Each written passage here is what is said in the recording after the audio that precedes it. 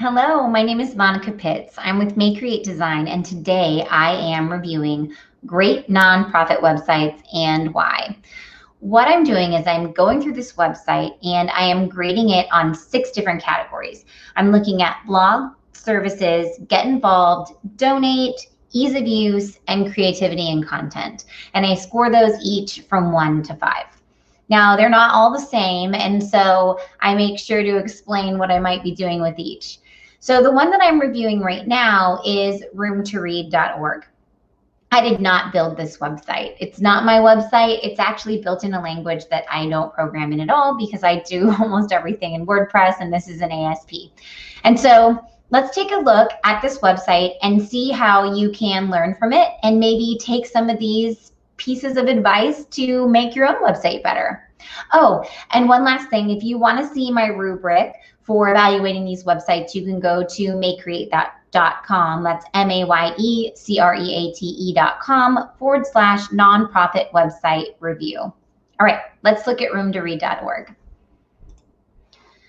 So first off, one thing I love about this website is I know exactly what they do right from the very beginning. And I know that not every nonprofit has this luxury of having a very, very direct mission, right? Sometimes it's harder for people to understand. Fortunately, these guys do.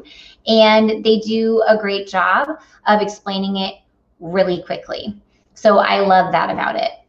I also like here how they are telling the story of Anna. I wish that they actually had more of this on their website. This is one of the few places where you see it. And I found myself wanting to meet these kids and learn about what they're going through and how this program helps them. And I feel like there can be more about that on this website.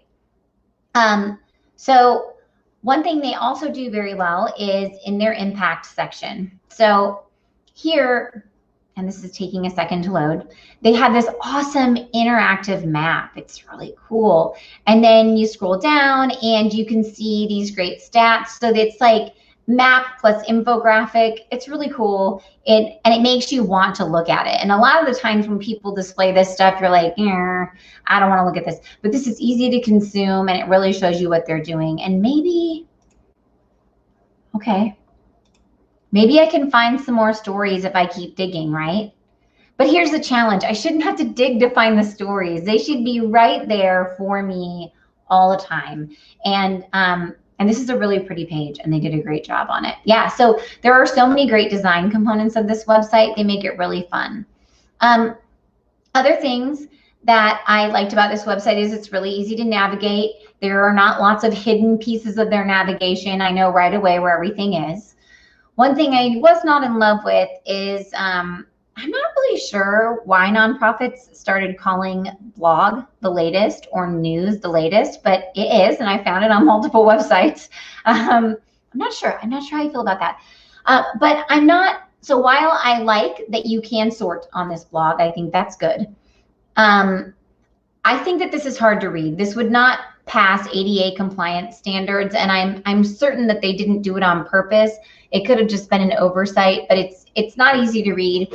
And 2, they have listed these articles here, and if I click on this, see, it takes me right to this article. I think that's great. I think it's great that it takes me right to this article. What I don't like is that it took me away from the website that I was just on. So we should not have, that should open in a new window every time. So those are 2 things that I think could definitely be improved upon on the blog, is having them, all the blog posts that are not within this website, open in a new window. I do like how they show me that it's going to open in a new window. I like that little icon. That tells me a lot. Now, I also wish that they had used that storytelling in pages like, I mean, this one would be great, definitely. But this page here in particular, so this is cool because see how I don't have to scroll down forever to get to this content, but then watch what happens whenever I shrink this up into a mobile view. I click on this and this changes down here. So let's say that this is my mobile view.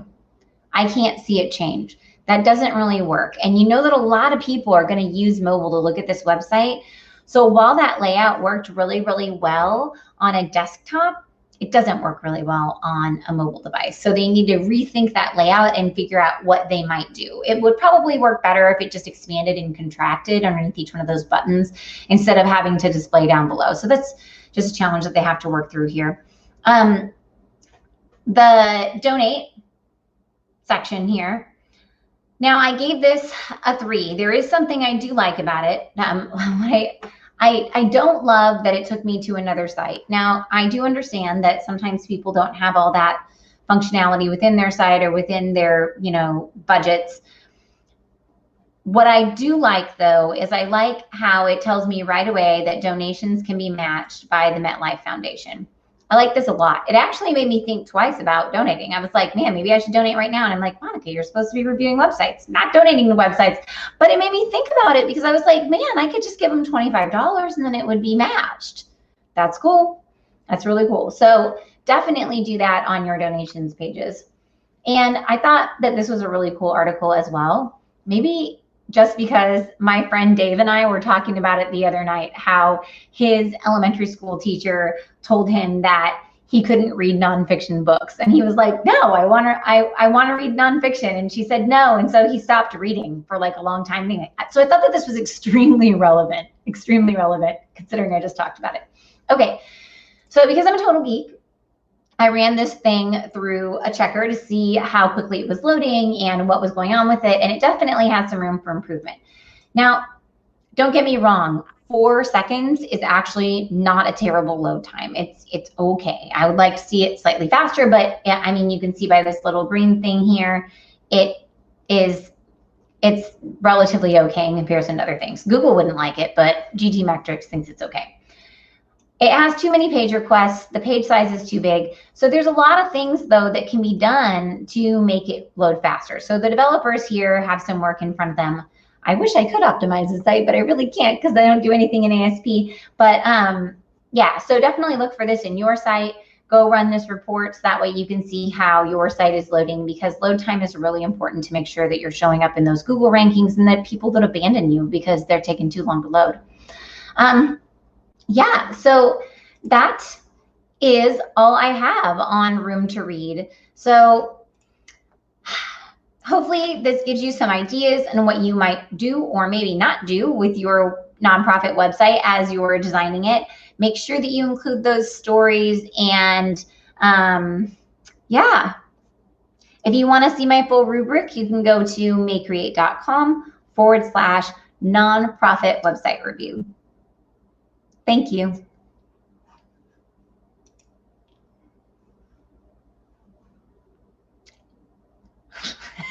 End broadcast.